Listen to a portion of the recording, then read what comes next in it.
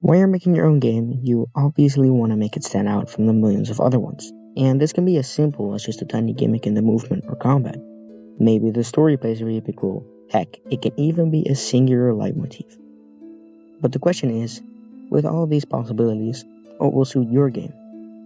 This is a question that I've been asking myself since the start of my journey, and it's surprisingly difficult to answer. If you don't already know, I'm making my own game with a few friends called Onyxy. It's a Metroidvania style game in which you, a little duckling, try to find your way back to your family. I took the whole month of March off, and I'm going to start this video with giving you a quick monthly recap. I started this month off really relaxed actually, and it stayed that way for about a week or two, when I started to pick up the pace a little. The first major thing I did was make a tile set for crawling roots. This was stupidly difficult, due to the kind of dirt-like texture I wanted it to have, but in the meantime still make it look good. Eventually, I ended up with this design. It's a little more rock-like than what I was originally going for, but it still looks decent. A few days after that, I started on the music for Crawling Roots. I didn't really get to work on it that much, so I've not yet made it into a full song. While we're on the topic of music, I also made this tiny loop.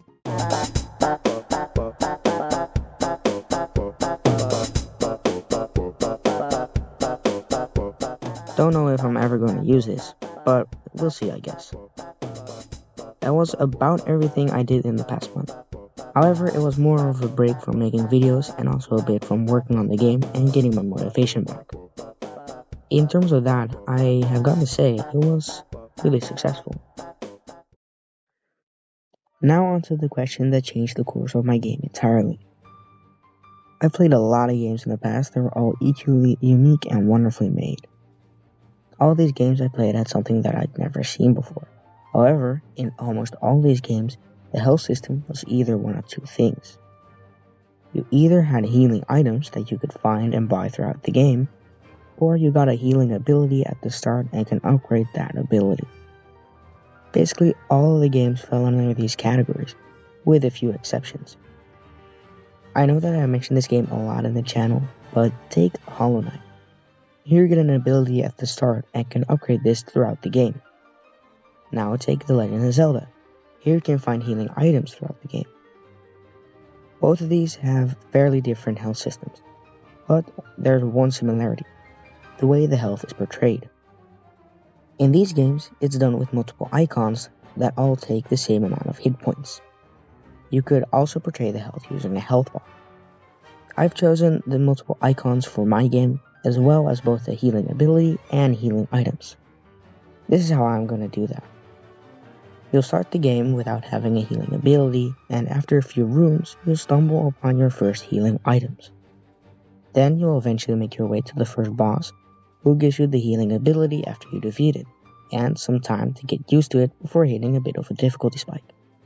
This way you can choose if you want to heal with the items or with the ability, and it gives you a lot of variety in exploration and combat.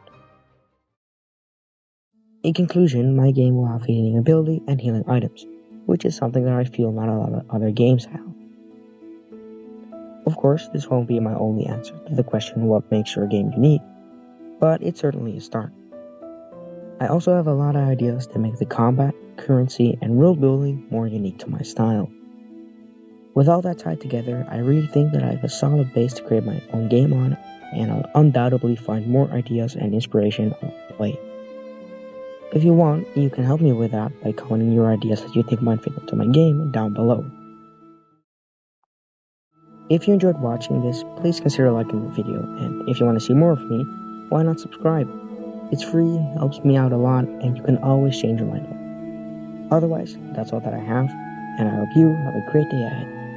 See you next time.